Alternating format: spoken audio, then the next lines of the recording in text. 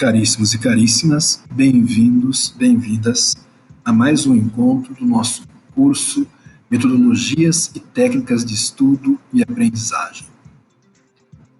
Hoje, especificamente, neste módulo, nós vamos tratar da rotina e roteiro de estudos. Falar de rotina e roteiro de estudos parece ser algo bastante comum. A gente fala, mas nem sempre a gente é capaz de seguir uma rotina e ter um roteiro adequado para os nossos estudos. E isso, então, muitas vezes faz com que nós nos coloquemos algumas reflexões. Vamos atentar para pelo menos duas reflexões preliminares que geralmente nós nos colocamos quando estamos discutindo estudo, aprendizagem, retenção de conteúdos. Uma reflexão preliminar que nós podemos fazer consiste justamente, nós podemos nos perguntar, sabe aquele colega, aquela colega de classe que às vezes a gente pensa que é um gênio? Pois então, você deve entender que, por vezes, essa pessoa conhecida pode sim ser um gênio ou uma gênia. Nas nossas escolas, nas nossas salas de aula, nos nossos cursos, nós encontramos pessoas que tenham problemas de déficit de aprendizagem, pessoas que têm alguma limitação intelectual, mas nós também vamos encontrar pessoas com superdotação. Então, às vezes, aquela pessoa que nós acreditamos que tem uma inteligência acima da média, pode ser que essa pessoa tenha, de fato, a inteligência acima da média. Uma outra reflexão que nós devemos fazer preliminarmente. Sabe aquela pessoa que a gente acha, né, que tem facilidade justamente nas áreas ou matérias nas quais nós mais temos dificuldade? Exato. Essas pessoas também têm uma habilidade específica, têm uma inteligência específica, que talvez não seja a inteligência mais bem desenvolvida em nós. Isso nos remete, portanto, ao conceito de Howard Gardner de inteligências múltiplas. A teoria das inteligências múltiplas é uma alternativa para o conceito de inteligência como uma capacidade única. Então, na verdade, esse conceito de inteligência como capacidade única, inata e geral, esse conceito ele vai ser desconstruído por aquilo que Gardner chama de inteligências múltiplas. Ele vai definir a inteligência como uma habilidade para resolver problemas ou criar produtos, mas que tenham uma significância culturalmente localizada, culturalmente situada. Então, Gardner vai dizer o seguinte: o que é inteligência? Aí nós podemos recordar o que falamos no módulo anterior da teoria cognitivista dos moldes de Piaget. Piaget afirmava que inteligência era uma adaptação, é uma mediação, uma ferramenta para resolver os problemas. Gardner ele vai afirmar algo semelhante. A inteligência é essa habilidade para resolver problemas, problemas significativos em culturas específicas. Portanto, Gardner vai dizer o seguinte: existem múltiplas inteligências. Ele aponta 8 inteligências. Ele vai falar então que existem várias características. A maioria das pessoas pode desenvolver cada uma das 8 inteligências em um nível mais adequado de competência. Elas podem funcionar juntas também, de forma complexa. Elas podem se manifestar de muitas maneiras. Elas, contudo, podem ser simbolizadas. Uma simbologia também culturalmente localizada. Cada uma dessas inteligências terá o seu desenvolvimento, o seu ritmo próprio, a sua história, né, de desenvolvimento. Essas inteligências também são vulneráveis e podem ser prejudicadas, dependendo de como o cérebro é afetado. E como nós afirmamos, cada uma dessas inteligências tem o seu próprio valor cultural. É importante observarmos isso, porque os 8 tipos de inteligência são, nem sempre, digamos assim, nem sempre são reconhecidas essas tipologias como inteligências. Muitas vezes fala-se de aptidão, um dom. Gardner, então, ele vai dizer o seguinte: as inteligências são a inteligência linguística, a inteligência lógico-matemática, espacial, sonoro-musical, sinestésico-corporal, naturalista, pessoal, intra- e interpessoal e existencial. Nós gravamos um podcast, que nós vamos deixar o link a seguir, onde discutimos ou onde apresentamos as grandes linhas dessas inteligências múltiplas. Então não vamos nos delongar muito aqui, mas apenas deixando claro que as inteligências múltiplas, elas são culturalmente valorizadas dependendo do que essas culturas consideram mais importante ou significativo para as pessoas que a constroem. Então, em algumas sociedades, onde talvez a dança, a corporeidade seja mais valorizada, essa inteligência sinestésico-corporal pode ser mais valorizada que uma inteligência lógico-matemática. Nós vamos perceber que no Ocidente, a inteligência lógico-matemática, ela quase sempre tem um destaque. Ela quase sempre ela é preferida em relação às demais. Porém, que observa que em determinados nichos, essas demais inteligências também se despontam. Nos esportes, por exemplo, uma inteligência sinestésico-corporal, ela realmente é causa de sucesso. Nós podemos perceber também, em determinadas culturas, a inteligência sonoro-musical. A inteligência, então, digamos assim, intrapessoal, também ela é bastante cultuada em determinadas organizações. Quando nós falamos, por exemplo, até mesmo da inteligência emocional, que é uma inteligência que coloca a pessoa em sintonia com o seu ambiente interno e externo, o âmbito intra e interpessoal. O que nós devemos perceber, então, é que a aprendizagem, ela é algo bastante pessoal. As nossas inteligências, elas podem se organizar tentando nos fornecer um ritmo próprio de aprendizagem. E o que nós devemos perceber? Que cada pessoa, ela deve conhecer os seus limites e as suas possibilidades. Adquirir conhecimento significa, portanto, ou pressupõe, não só um conhecimento das coisas, um conhecimento externo, mas também e sobretudo um conhecimento interno, um autoconhecimento. Conhecer significa conhecer sim as coisas, mas conhecer-se a si próprio. A aprendizagem pessoal, ela está baseada no cérebro. A nossa mente, né? As nossas inteligências, elas ocupam determinadas regiões, manifestam-se em determinadas regiões do cérebro. E o cérebro, ele é um órgão. É um órgão do nosso corpo. É algo físico. Portanto, tal como os músculos, também esse órgão precisa ser exercitado.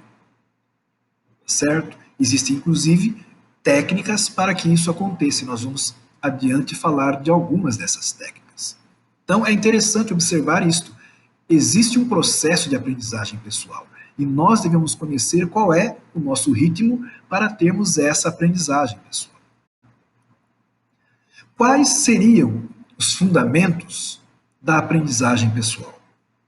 Nós podemos falar que o fundamento da aprendizagem pessoal, ele se alicerça em hábitos, foco, planejamento pessoal, metas e indicadores, onde queremos chegar, quando e como sabemos se estamos nos aproximando dessa meta ou não, aí os indicadores, e também utilizando, recorrendo a ferramentas adequadas. Quando nós falamos então de hábitos, nós estamos falando de uma rotina resultante desse hábito. Então nós devemos nos colocar, novamente, diante daquelas frases manjadas. Estudar deve se converter em um hábito, diz alguém. Só que ao lado dessa frase manjada existe uma frase reveladora. Estudar deve sim se converter em um hábito. E se nós buscamos uma receita de sucesso nos estudos, a receita diz: estudar deve se converter em um hábito. Isso é importante de ficar claro, porque nós vamos perceber o seguinte: as rotinas vão gerar os nossos hábitos. Nós vamos nos habituar a muitas coisas. Nem sempre nós nos habituamos apenas às coisas boas. Infelizmente, nós podemos nos acostumar a quase tudo. Inclusive, podemos nos acostumar muitas vezes a situações negativas. Então, a pessoa ela pode se habituar até mesmo ao sofrimento, à dor, situações e circunstâncias menos agradáveis, ainda que nós possamos entender ou inferir as consequências desse habituar-se a coisas negativas. A pessoa pode entrar em uma depressão, por exemplo, não é? Um sofrimento psíquico muito intenso. Ora, existe inclusive um livro que vem falar do poder do hábito. E nesse livro, o que se mostra lá? Algo que nos remete um pouco à teoria da aprendizagem behaviorista. A criação do hábito é um mecanismo que parte de uma deixa, de uma dica, de um insight. A pessoa então vai tentar estabelecer uma rotina em cima desse insight e, por consequência, ela vai reforçar essa rotina a partir de uma recompensa agradável, como nós vimos, não é? No processo de condicionamento ou de aprendizagem da teoria behaviorista. Esse então é o loop do hábito de Eugênio. Esse loop do hábito está descrito no livro O Poder do Hábito, de Charles Duhigg. Então é interessante nós darmos uma olhada, tentarmos encontrar alguns fundamentos dessa discussão sobre como o hábito pode interferir, influenciar positivamente na própria aprendizagem. Também vou deixar no link da nossa página uma forma de acesso ao site da Amazon, onde pode ser feita uma degustação desse livro, uns 2 capítulos, assim, podem ser lidos. É interessante porque os primeiros capítulos já nos estimulam a adquirir o livro e ler o restante. Mas lá ele vai falar para nós como nós podemos criar esses insights de criar hábitos saudáveis em nossa vida. Porque sempre estamos buscando recompensas. A teoria behaviorista nos mostrou isso. Se nós gostamos de sorvete e nós chupamos o sorvete e nos causa um bem-estar, nós vamos querer sempre estar consumindo sorvete. Se nós buscamos como recompensa o bem-estar físico, nós podemos nos colocar, por exemplo, o hábito de caminhar, de fazer exercícios físicos, assim por diante. Então, nós temos de encontrar formas que viabilizem algumas metas que nós possuímos. Muitas vezes essas metas vão ser postergadas. Estudar pode ser algo agradável, mas nem sempre é agradável. Porém, nós temos de nos convencer de que os frutos, os resultados advindos do estudar, eles são positivos e impactam positivamente a nossa vida. O primeiro passo, então, é essa conscientização. E quais são as condições para se criarem os hábitos? Como nós falamos, podemos nos reportar a 2 teorias da aprendizagem, a behaviorista e a cognitivista. Então, nós vamos, a partir da teoria behaviorista, falar da criação de condições externas ou ambientais que favoreçam o hábito. E, por outro lado, criar condições internas, psicológicas, emocionais, orgânicas, que também vão favorecer a instalação, a construção desse hábito. Então, nós vamos falar quais seriam essas condições externas.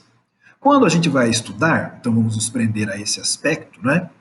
As condições que nós buscamos geralmente dependem de horário adequado. Essa é uma condição externa interessante, porque não é durante todo o dia que nós temos disposição. Após o almoço, o nosso organismo entra em stand-by. No fim da noite, nós já estamos se trabalhamos, se estudamos, uma faculdade à noite, depois das aulas nós estaríamos bastante cansados para aprender alguma coisa. Então, nas primeiras horas da manhã, não é? No fim do dia, então são horários que nós podemos estar mais descansados, mais alertas para assimilar conteúdos estudados. Outro aspecto também é que nós precisamos criar uma condição externa, qual seja o ambiente agradável. Quer dizer, um ambiente arejado, silencioso, né? Não pode ser um ambiente muito frio, né? Nem muito quente, porque senão a pessoa, organicamente, ela vai se sentir incomodada, que pode prejudicar a sua concentração. Também um ambiente silencioso. Ainda que possamos ouvir determinadas músicas, né? Músicas mais instrumentais, clássicas, New Age, né? Em que a pessoa não tem de ficar prestando atenção na letra. Ou que ela fique muito agitada, né? Coloca um rock lá, heavy metal, meio complicado, né? A gente percebe que são coisas que conflitam entre si. O outro aspecto interessante é o ambiente iluminado adequadamente e o mobiliário adequado. Claro, a iluminação ajuda, né? A pessoa não ter que se esforçar para ler. E o mobiliário adequado também auxilia. Uma mesa adequada, numa altura adequada, uma cadeira confortável, né? E a disposição desses mobiliários próximos da janela para receber a iluminação natural, se a iluminação artificial não for suficiente. Também a preparação para o estudo passa pela organização do material didático. Não é ter o material didático à mão. Então, vou estudar o quê?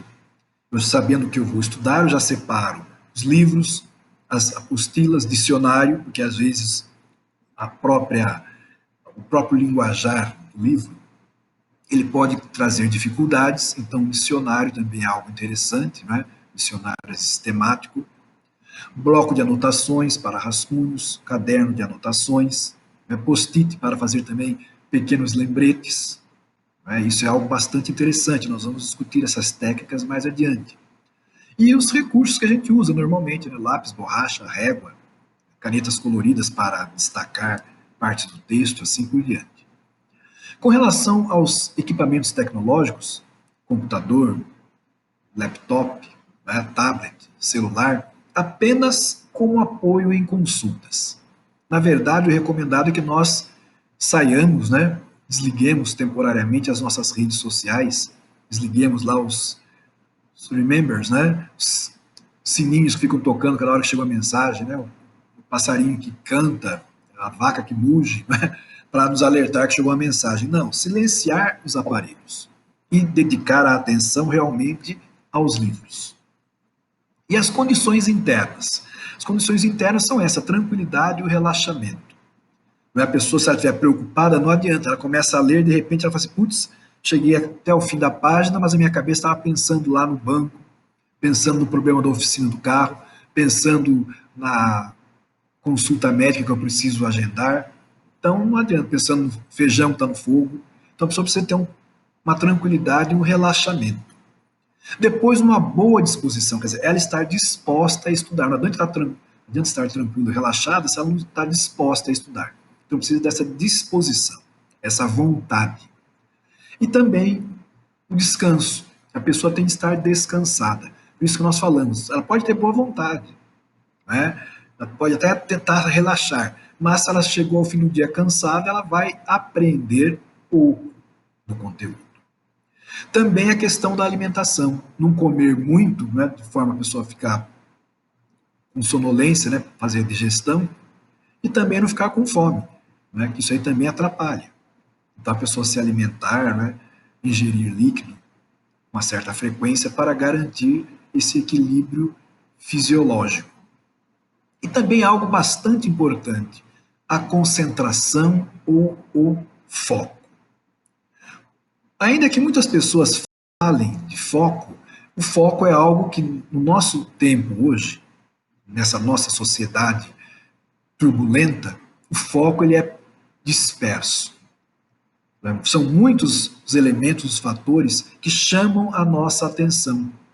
Então, existem pessoas que falam que são multitarefas, que conseguem fazer muita coisa e prestar atenção a diversas coisas ao mesmo tempo. Na verdade, não é bem assim. A nossa atenção ela vai rapidamente ficar mudando de foco. Mas não há como a gente ficar com atenção integral em duas, três coisas ao mesmo tempo.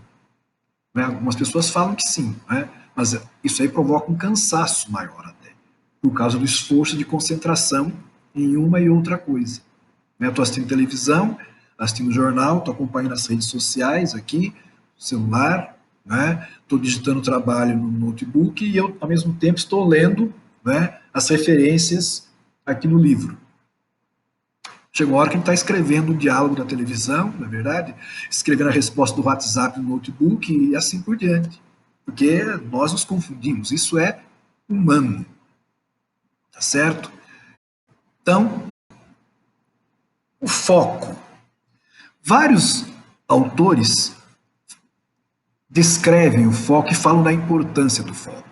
Quando Schwartz, por exemplo, que treina líderes ao redor do mundo, ele afirma o seguinte: fazemos, nos treinamentos que ele oferece, as pessoas se tornarem mais conscientes do modo como usam a atenção. Geralmente é um uso ruim. A atenção é hoje o problema número um nas mentes dos nossos clientes. Quer dizer, a pessoa está dispersa. Ela começa a fazer alguma coisa, as preocupações invadem o seu pensamento. Quando ela se dá conta, não está mais concentrada naquilo que está fazendo. Além de Tom Schwartz, uma reflexão, um pensamento interessante é de William James, lá do século XIX, início do século XX. Né? William James, um dos fundadores da psicologia moderna. Ele afirmava, no século XIX, que a atenção é o quê? É a repentina tomada de posse pela mente, de forma clara e vívida, de um dos vários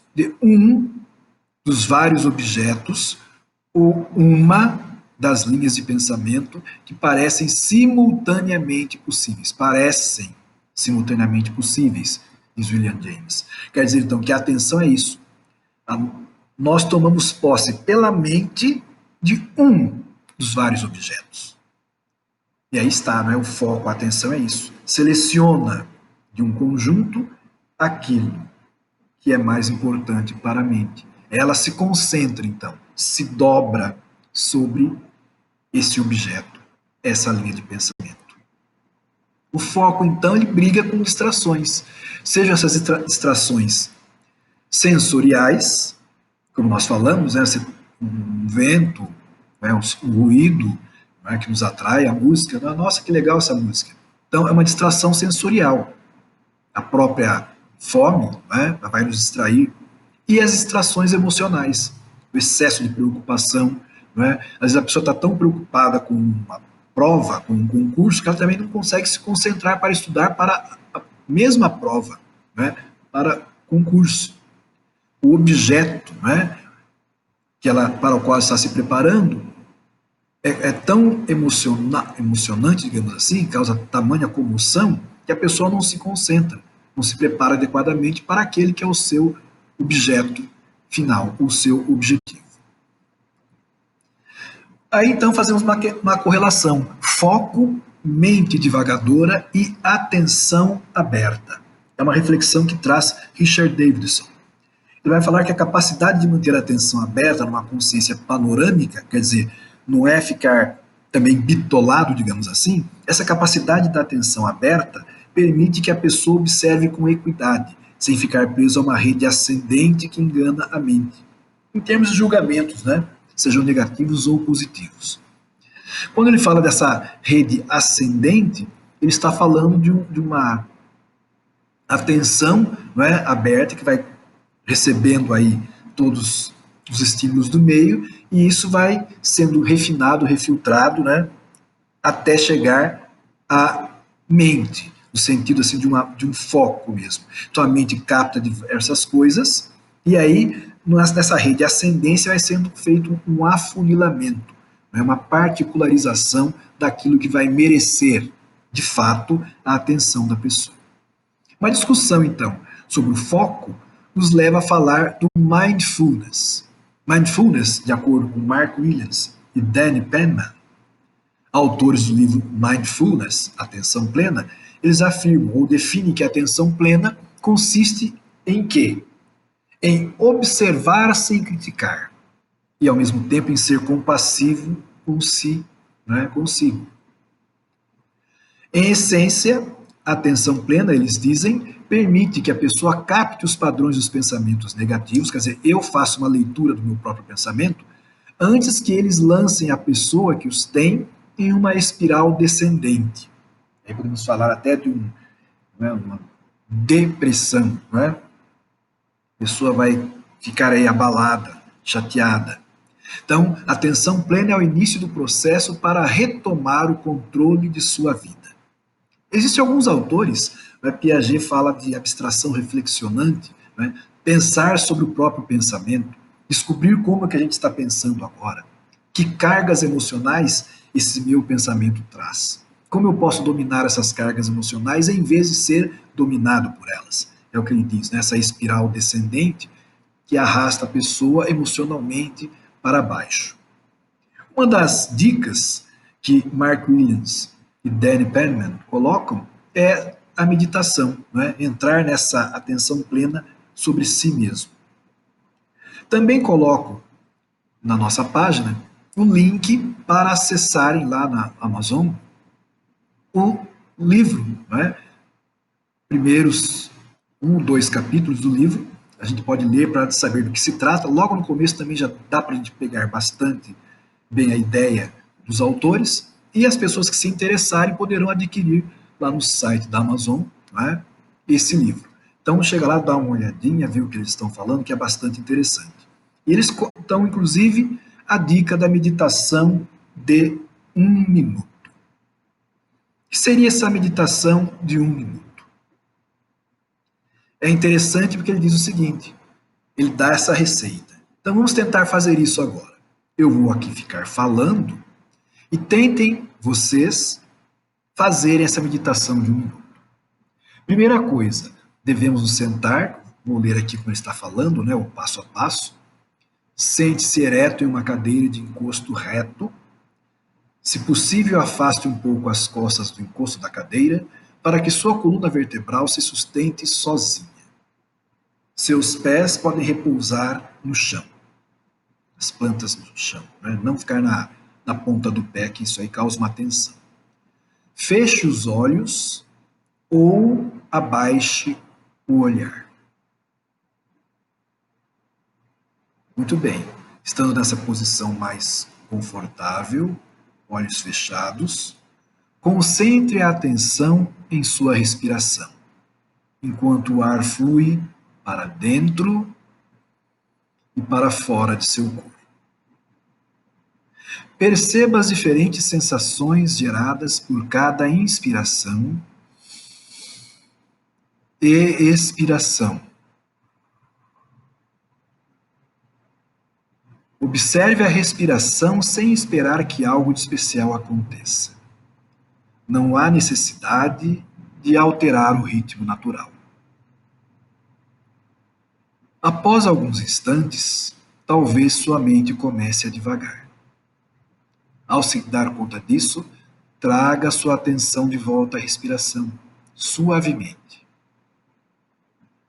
O ato de perceber que sua mente se dispersou e trazê-la de volta sem criticar a si mesmo é central para a prática da meditação da atenção plena. Sua mente poderá ficar tranquila como um lago ou não. Ainda que você obtenha uma sensação de absoluta paz, poderá ser apenas fugaz. Caso se sinta irritado ou entediado, perceba que essa sensação também deve ser fugaz. Seja lá o que aconteça, permita que seja como é. Tente entrar nesse estado de absoluta paz. Após determinado tempo, abra os olhos devagar e observe o ambiente novamente. Muito bem, nós falamos aqui cerca de 1 minuto e pouco. Se nós nos habituarmos a essa meditação de 1 minuto, estaremos já nos predispondo ao autocontrole sobre nós mesmos. Isso é interessante. Tá vendo? Nós temos aí uma dica, não é? Essa dica aí, né? Esse starter aí que nós falamos, vai nos conduzir a uma ação cuja recompensa é o bem-estar. Percebendo isso, nós vamos criar o hábito de fazer essa meditação no começo de 1 minuto e depois pode ir se expandindo. Vamos criar esse hábito de fazer meditação, talvez no começo já do nosso dia. Há pessoas que acordam mais cedo, né, do que costumavam fazer, apenas para praticar esse mindfulness. E isso é interessante para que nós tenhamos a concentração necessária para iniciarmos os nossos estudos. Dominar os estados mentais. Então, deem uma olhada lá depois, né, no livro dos nossos autores, e tentem ler um pouco que seja sobre a atenção plena, ou mindfulness. Ao lado desses autores, uma outra dica para nós iniciarmos bem os nossos estudos, a nossa aprendizagem, e aí uma aprendizagem qualquer que seja a habilidade, uma dica é dada por um autor também bastante conhecido, que é Kaufman. Josh Kaufman escreveu o livro As Primeiras 20 Horas. Na Amazon nós não encontramos, eu não encontrei pelo menos, a versão em português. Tem lá em inglês e em espanhol. Mas, com jeitinho, as pessoas conseguem ler o espanhol, né? Também vou deixar no nosso site aí, nossa página, deixar o link para que seja acessado tanto o livro na Amazon, quanto também um vídeo em que Josh Kaufman ele mostra qual é o seu método. O método de aprender tudo nas chamadas primeiras 20 horas, na verdade, não é um método para aprender qualquer coisa nas primeiras 20 horas. Ele indica, na verdade, um passo a passo, ou 4 regras de ouro, ou 4 passos, como ele fala, para que a pessoa possa aprender qualquer coisa. Os passos são os seguintes. Primeiro, desconstruir a habilidade que se quer aprender em várias partes. Se a pessoa quiser aprender a tocar violão, ele vai ter que desconstruir isso. Por exemplo, saber quais são as notas ou as cifras, quais são as posições do dedo no trasto do violão, né? Os espaços do violão, os trastos, as cordas, a disposição das cordas, assim por diante. Então ele vai desconstruir a habilidade de tocar violão. Depois vai aprender o suficiente para se autocorrigir. Quer dizer, tem de aprender. Para eu fazer o acorde tal, tem de colocar os dedos nessas posições. Com a mão esquerda, no caso, para quem é destro, né? E a mão direita vai ficar em cima das cordas para dedilhar ou bater nas cordas. Certo? Em cima do tampo lá do violão. Então, ótimo. Corpo, né? Então é isso aí. Vou aprender o suficiente. Vou pegar esse acorde, esse ritmo e tentar um pouquinho. Depois remover as barreiras. Qual é uma barreira, por exemplo? Seria a flexibilidade do dedo, não é? As dores que os dedos sentem ao pressionar as cordas. Aprender pelo menos o ritmo, né? Como que se tocam nas cordas os dedos para manter o ritmo. Depois que removemos as barreiras, eu aprendo quais são as notas, né? As cifras, as posições dos dedos sobre as cordas. Eu posso pegar um ritmo apenas, treinar, né, um pop, treinar lá as várias posições dos acordes. O acorde de Sol maior, por exemplo, né, é um dos mais fáceis, porque não tem pestana, né? Vamos lá. Suponhamos assim, então você pega lá Sol, Dó, Ré, Sol 7, né, tudo bem. Você treina ali. Então aí vai praticar depois por cerca de 20 horas. Então, as 20 horas, na verdade, são as 20 horas de efetivo treino, tá certo? Isso dá resultado? Sim, eu tive uma experiência, não conhecia o método do Kaufman ainda, mas eu estava em uma determinada comunidade e participei de uma celebração. Ao término da celebração, estava voltando para casa junto com o celebrante. Ele falou assim: Olha, semana que vem você vai tocar na celebração, tá bom? Eu falei assim: Como? Ele falou: Você está aqui, vou emprestar para você um violão, você se vira, vai aprender a tocar a missa, porque não tem pessoas aqui para tocar nessa comunidade. Eu lembro até hoje, né? A missa da campanha da fraternidade, fraternidade sim, violência não. Lembro até hoje, ficou marcado. Não é que fiquei traumatizado, ficou marcado positivamente esse momento, porque eu falei assim, vou tentar. Peguei os acordes, ele me ensinou os acordes, e eu treinei durante a semana. E quando chegou o próximo domingo, eu toquei na missa, toquei todas as músicas, né? 6, 7 músicas eu toquei. A mais difícil foi a música final, né? Oração de São Francisco, que tinha lá em Fá, me parece. Então havia muita pestana, né? Si bemol, aquele negócio todo. Eu cheguei para ele e falei assim, Kian, né? Padre Kian. Falei, Padre Kian, eu não estou conseguindo tocar a oração de São Francisco aqui, né? Já estava querendo ficar frustrado, porque todas as outras eu havia tocado. E ele me disse uma frase que eu não me esqueci e que me acompanha em muitas outras situações quando eu tenho uma dificuldade.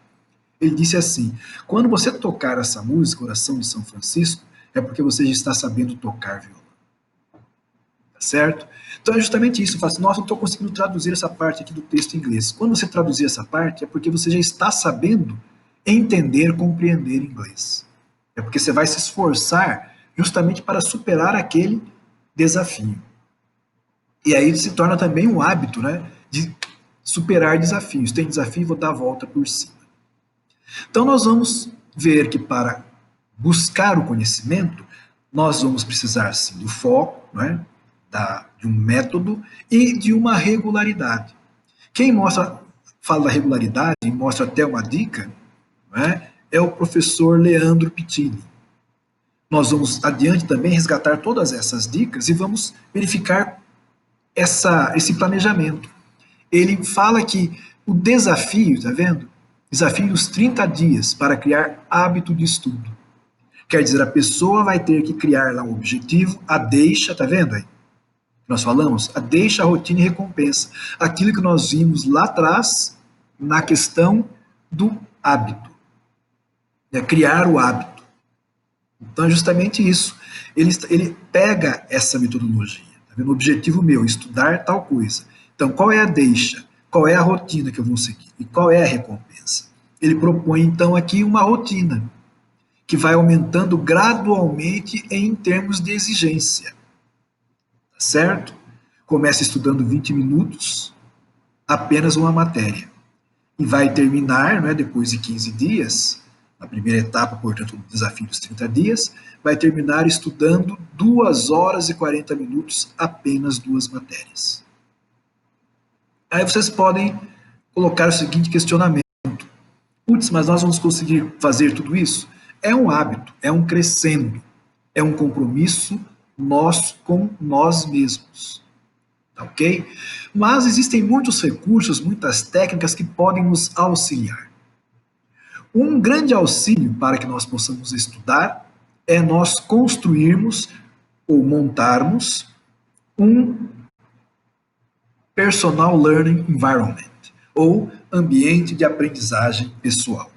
Esse Personal Learning, PLE, né, PLI, o AAP, ele é um repositório para os recursos que a pessoa pretende utilizar em seus estudos. É um ambiente, pode ser um ambiente virtual, um ambiente, às vezes, até físico, onde nós elencamos ali todos os recursos que vamos utilizar durante os nossos estudos. Qual é a dica, então, que eu dou para vocês? Eu dou a dica de um aplicativo, de um ambiente, né, Símbolo. E para que nós possamos entender melhor o que é o símbolo, eu as convido a assistirem o nosso próximo vídeo, onde nós vamos mostrar um tutorial sobre o uso e as facilidades do símbolo como ferramenta para auxiliar no nosso processo de estudo e aprendizagem. Eu aguardo vocês. Até lá!